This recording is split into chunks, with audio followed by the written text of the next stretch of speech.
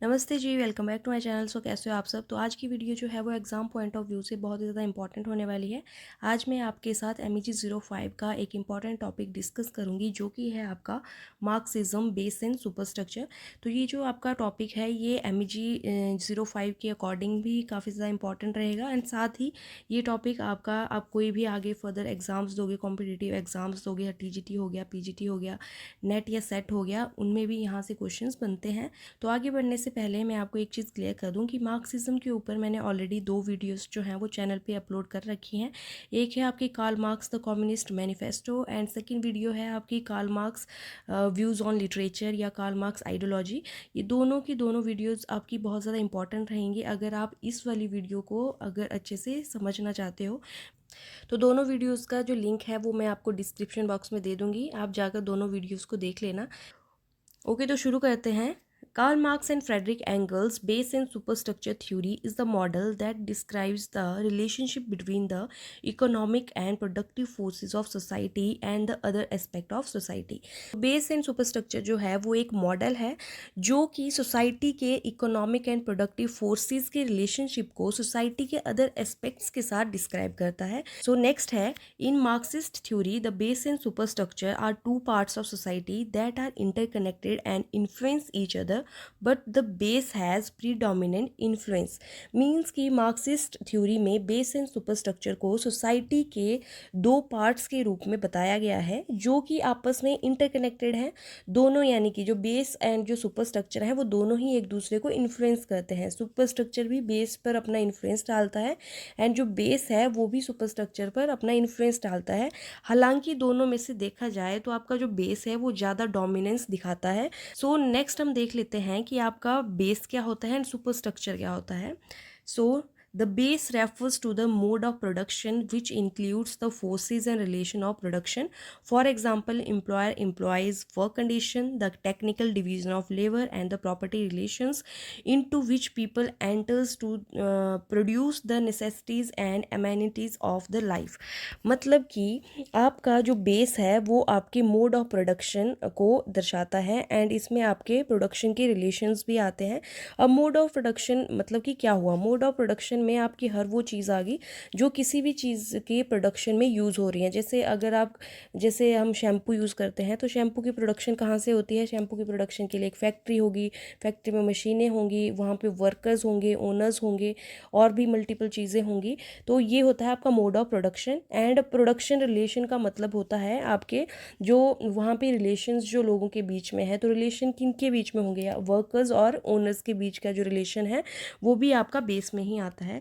And base में जो भी लोग काम करते हैं वो बेसिकली सोसाइटी की जो ज़रूरतें हैं उन्हीं के हिसाब से चीज़ें प्रोड्यूस करते हैं। सो ओवरऑल बेस में आता है आपका mode of production and second relation of production. तो मैंने आपको जैसे पीछे बताया कि मोड ऑफ प्रोडक्शन में आपकी machines, factory, land, raw material, ये सब चीज़ें आती हैं जिन्हें ओनर क्लास जो है वो रूल करती है, कंट्रोल करती है। एंड सेकंड ये जो रिलेशन ऑफ प्रोडक्शन है इसमें आपके आते हैं ओनर्स एंड वर्कर्स का रिलेशन। सो इकोनॉमी में जो भी प्रोडक्शन की जाती है वो हमारी बेस में ही आती है।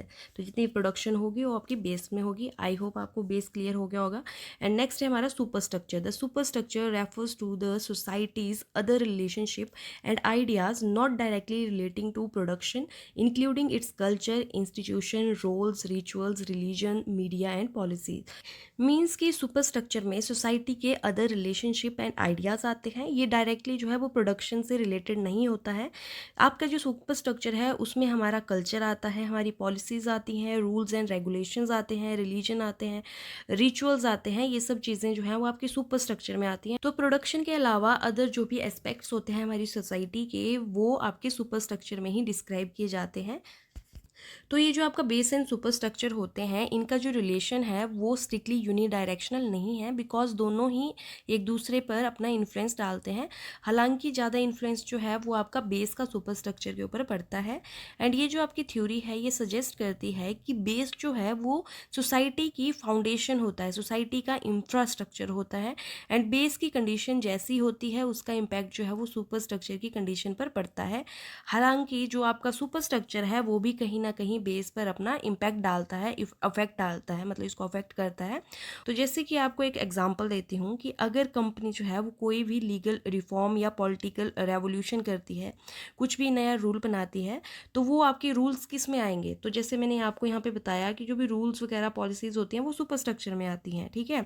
तो अगर कंपनी कोई भी लीगल रिफॉर्म या पॉलिटिकल रेवोल्यूशन करती है, कुछ नया रूल बनाती है, तो वो रूल्स जो हैं वो आपके वर्कर्स के लिए बेनिफिशियल हैं या नहीं हैं, या उनको सप्रेस करने वाले रूल्स हैं, वो जो है उनकी इकोनॉमिकल रिलेशंस को भी इम्पेक्ट करते हैं। जैसे मान लो कि अगर आपकी गवर्नमेंट जो है वो पॉजिटिव रूल्स बनाती है जिसमें आपका वेलफेयर जो है वो वर्किंग क्लास का है, तो क्या होगा कि वो रूल्स अगर अच्छे होंगे तो आपका जो रिलेशन होता है आपके वर्किंग क्लास का और ओनर क्लास का, वो हेल्दी रहेगा।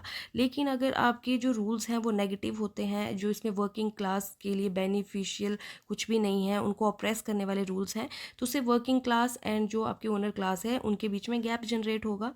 तो कहीं ना कहीं सुपर स्ट्रक्चर के रूल्स जो हैं वो हमारे बेस यानी कि जो हमारे वर्किंग क्लास है उनको इम्पैक्ट डालता है। अगर अब देखा जाए ढंग से, आप अगर इस चीज़ को विजुअलाइज करो तो ये चीज़ तो होगी।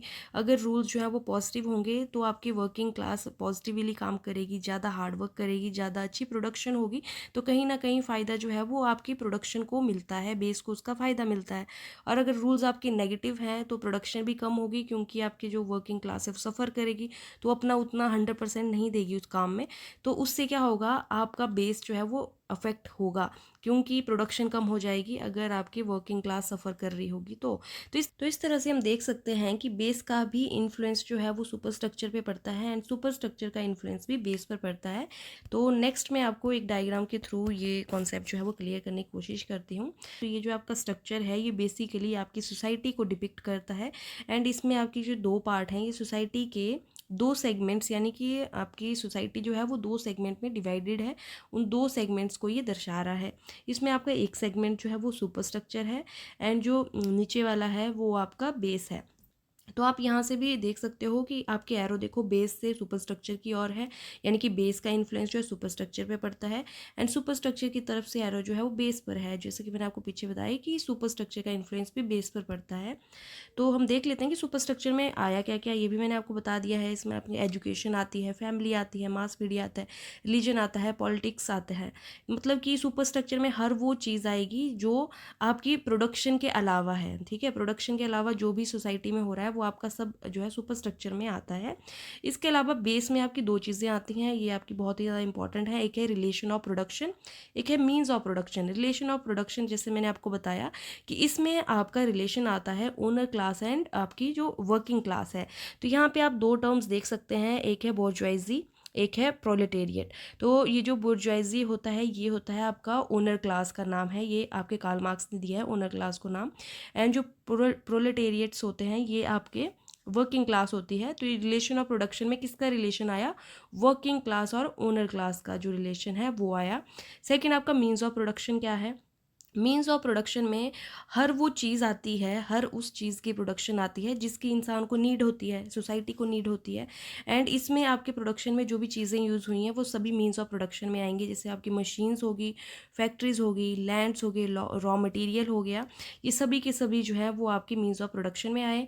एंड मीन्स ऑफ प्रोडक्शन को कौन जो है वो आपका ओन करता है, तो ओनर्स आपके जो फैक्ट्रीज़ के ओनर्स होते हैं वो इनको ओन करते हैं। So, Karl Marx explicitly introduces the distinction between the base and superstructure in the preface to his 1859 A Contribution to the Critique of Political Economy। Means कि कार्ल मार्क्स ने base and superstructure का ये जो concept है ये आपका clearly दिया था अपने एक प्रीफेस में, जो कि इन्होंने लिखा था 1859 में, किसके वर्क के लिए, और contribution to the critique of political economy. बहुत ही इंपॉर्टेंट आपका ये पॉइंट रहेगा। सो नेक्स्ट है, the base and superstructure are both social creations that are constantly evolving. Means base and superstructure जो हैं वो दोनों ही सोशल क्रिएशंस हैं, सोसाइटी के द्वारा क्रिएट की गई हैं, एंड दोनों ही कॉन्स्टेंटली इवॉल्व हो रही हैं, ठीक है। तो कार्ल मार्क्स ने यहाँ पे जो है एक टर्म दी थी सरप्लस वैल्यू।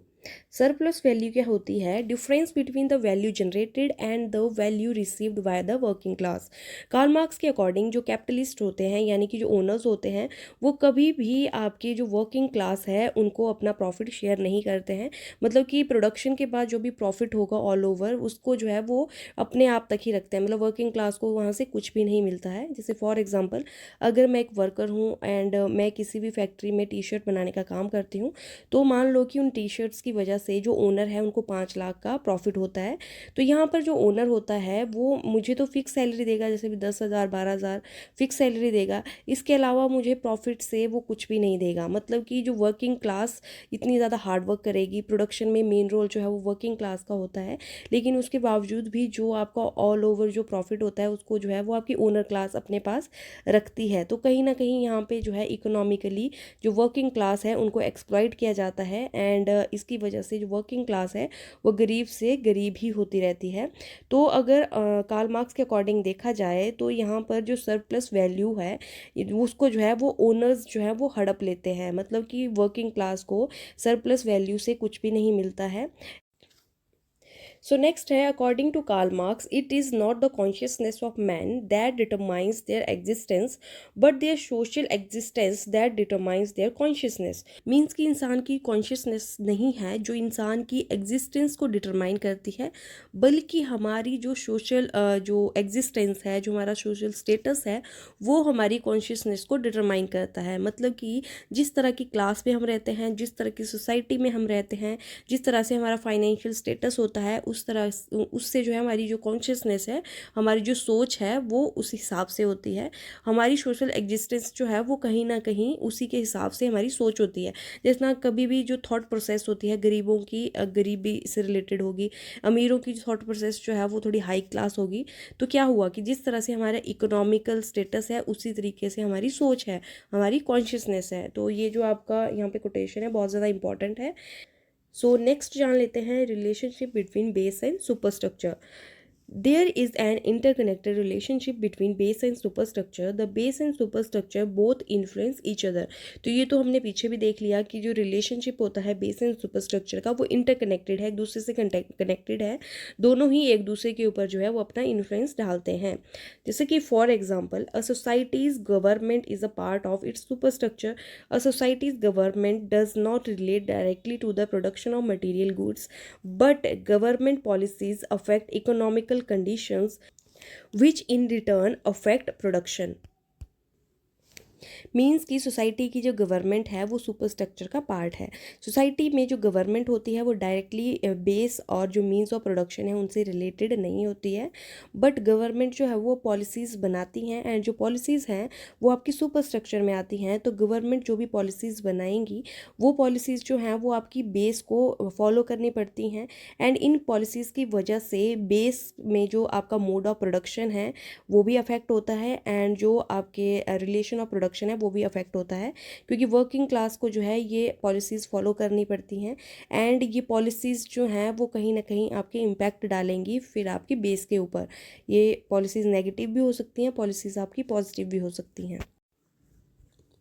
जैसे मान लो कि आपकी गवर्नमेंट जो है वो रूल बनाती है कि आपके जितने भी वर्किंग क्लासेस हैं जो आपकी फैक्ट्रीज़ में काम कर रही हैं वो 8 घंटे से ज़्यादा जो है वो काम नहीं करेंगी। तो ये जो रूल है ये कहीं ना कहीं आपके वर्किंग क्लास के वेलफेयर के लिए है।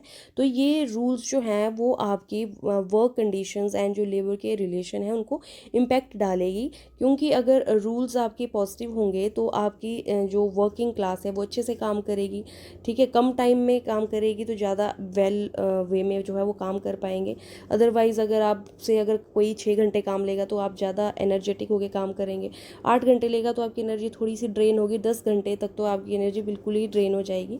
तो इस तरीके से आपके रूल रेगुलेशंस जो हैं वो आपके बेस को इम्पैक्ट डालते ही डालते हैं, क्योंकि आपके रूल्स अगर वेलफेयर में होंगे वर्किंग क्लास से उससे पॉजिटिव इम्पैक्ट पड़ता है बेस पे, एंड अगर नेगेटिव होंगे तो उससे नेगेटिव इम्पैक्ट पड़ता है आपका बेस के ऊपर। तो जो सोसाइटी होती है वो बेस के बिना फंक्शन नहीं कर सकती है। एंड जो सुपर स्ट्रक्चर है वो इस तरह से एग्जिस्ट करता है ताकि वो रेगुलेट कर सके लोगों के आइडियाज़ को, उनकी बिलोंग्स को, लोगों के एक्शंस को, ताकि वो बेस को ज़्यादा से ज़्यादा एक्सपेंड कर सके एंड बेस में स्टेबिलिटी ला सके। क्योंकि ये जो आपकी रूल्स, अगर मान लो कि सुपर स्ट्रक्चर में जो रूल्स हैं वो ओनर्स बनाते हैं, तो वो रूल्स किसके हिसाब से बनाएंगे? वो रूल्स जो है वो अपने हिसाब से बनाएंगे ताकि वो ज़्यादा से ज़्यादा प्रॉफिट जनरेट कर सकें, अपने बेस को जो है एक्सपेंड कर सकें। क्योंकि आपका जो प्रॉफिट है वो ओनर्स को ही मिलने वाला है। इसीलिए सुपर स्ट्रक्चर की जो आपकी एग्जिस्टेंस है वो इसीलिए है ताकि वो लोगों को कंट्रोल कर सकें, उनके एक्शंस को, उनके आइडियाज़ को कंट्रोल कर सकें एंड अपने बेस को ज़्यादा से ज़्यादा एक्सपेंड कर सकें। तो जो बेस है वही सुपर स्ट्रक्चर को क्रिएट करता है।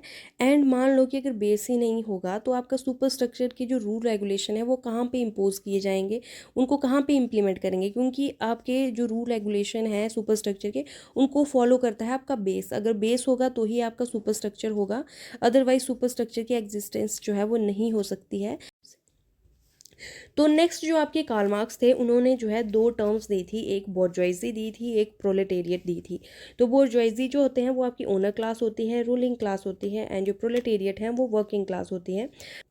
तो बात की जाए मार्क्सिस्ट व्यू की, तो जो आपके कार्ल मार्क्स थे वो एक क्लासलेस सोसाइटी को प्रमोट करते थे। वो एक ऐसी सोसाइटी चाहते थे जहाँ पर ना ही कोई ओनर हो, ना ही कोई वर्कर हो, मतलब कि ना ही कोई प्राइवेट ओनरशिप होगी, ना ही कोई एक्सप्लॉयटेशन होगी। तो आपकी जो मार्क्सिज्म है वो आपकी इकोनॉमी जिसको ये प्रमोट करते थे वो थे कम्युनिज्म।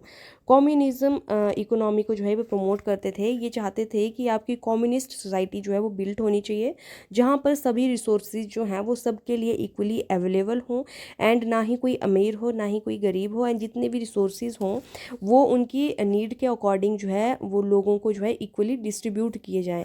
तो इस तरह की इकोनॉमी जो है वो आपके कार्ल मार्क्स चाहते थे। तो आगे बढ़ने से पहले मैं आपको बता दूं कि अगर आप में से किसी को इस टॉपिक के ऊपर नोट्स चाहिए, हैंड रिटन नोट्स चाहिए, तो आप लोग उनको मुझसे खरीद सकते हो। आपको ये जो नंबर है 9857060005, इस नंबर पे जो है आपको व्हाट्सएप करना है। आपको फर्दर जो डिटेल्स हैं वो वहाँ पे शेयर कर दी जाएंगी। तो अगर किसी को ख़रीदना होगा तो आप इस नंबर पे मैसेज कर सकते हो, व्हाट्सएप कर सकते हो मीन्स। सो देख लेते हैं why superstructure is important. Superstructure is important because it governs the norms, beliefs, attitudes, values and policies that people share in a society. The superstructure generates social beliefs about labor, including beliefs about fairness as it relate to the conditions and relation of production. Means कि super structure जो है वो important है because ये govern करता है society के norms को, वैल्यूज़ को, एट्रीब्यूट्स को, पॉलिसीज़ को एंड रूल रेगुलेशंस को, जो कि सोसाइटी शेयर करती है। एंड सोसाइटी के लिए आपका जो सुपर स्ट्रक्चर है यानी कि जो आपका कल्चर है वो काफ़ी ज़्यादा इंपॉर्टेंट भी होता है, बिकॉज विदाउट कल्चर जो है सोसाइटी एग्जिस्ट नहीं कर सकती है। तो कार्ल मार्क्स का मानना है कि जो सुपर स्ट्रक्चर है वो लोगों में कल्चरल एटीट्यूड को जनरेट करता है, ताकि वो लोगों को दिखा सके कि वो लेबर्स के साथ यानी कि वर्किंग क्लास के साथ बहुत ही ज़्यादा फेयर एंड नेचुरल हैं। लेकिन ये बात जो है सच नहीं होती है, बिकॉज जो आपके ओनर्स होते हैं जो कि रूल करते हैं वो आपकी वर्किंग क्लास का नहीं बल्कि अपने प्रॉफिट के अकॉर्डिंग जो है वो रूल एंड रेगुलेशंस को फ्रेम करते हैं। कार्ल मार्क्स बताते हैं कि सुपर स्ट्रक्चर की वजह से जो सोशल हायरार्की है वो मेंटेन्ड रहती है, एंड जो आपकी ओनर क्लास है वो प्रोलेटेरिएट यानी कि वर्किंग क्लास को कंट्रोल जो है वो कंटिन्यूसली करती रहती है। तो नेक्स्ट देख लेते हैं कि Marxist view base and superstructure का क्रिटिसिज्म कैसे हुआ। क्योंकि तो the critics of Marxist concept of base and superstructure often argue that it represent an overly simplistic and deterministic view of society where the economic base completely dictates the cultural and political superstructure, neglecting the potential for the superstructure to influence the base. Means कि जैसे कि आपको यहाँ से clear हो ही गया होगा कि क्रिटिक्स ने मार्क्सिस्ट कॉन्सेप्ट जो था बेस एंड सुपरस्ट्रक्चर के रिगार्डिंग, उसके रिगार्डिंग कहा कि कार्ल मार्क्स ने बेस एंड सुपरस्ट्रक्चर में सोसाइटी का over simplistic and deterministic view जो है वो प्रेजेंट किया है, जहाँ पर जो बेस है वो कम्प्लीटली डिक्टेट या इन्फ्लुएंस डाल रहा है आपके कल्चरल एंड पॉलिटिकल सुपरस्ट्रक्चर पर। एंड कहीं ना कहीं कार्ल मार्क्स ने जो है वो सुपरस्ट्रक्चर का जो बेस पर इन्फ्लुएंस का जो पोटेंशियल पोटेंशियल था उसको नेग्लेक्ट किया है। मतलब कि जो क्रिटिक्स हैं उनका मानना था कि सुपर स्ट्रक्चर भी बहुत ज़्यादा पोटेंशियल रखता है बेस के ऊपर इन्फ्लुएंस डालने का, लेकिन जो कार्ल मार्क्स हैं भाई उन्होंने इस चीज़ के ऊपर ज़्यादा मतलब ध्यान नहीं दिया है। तो यही थी मेरी आज की वीडियो। आई होप आप लोगों के लिए वीडियो हेल्पफुल रही होगी। एंड अगर आपको वीडियो थोड़ी सी भी हेल्पफुल लगी है तो प्लीज़ वीडियो को लाइक करना, शेयर करना एंड मेरे चैनल को सब्सक्राइब करना। तो मिलते हैं हमारे नेक्स्ट वीडियो में। Till then take care.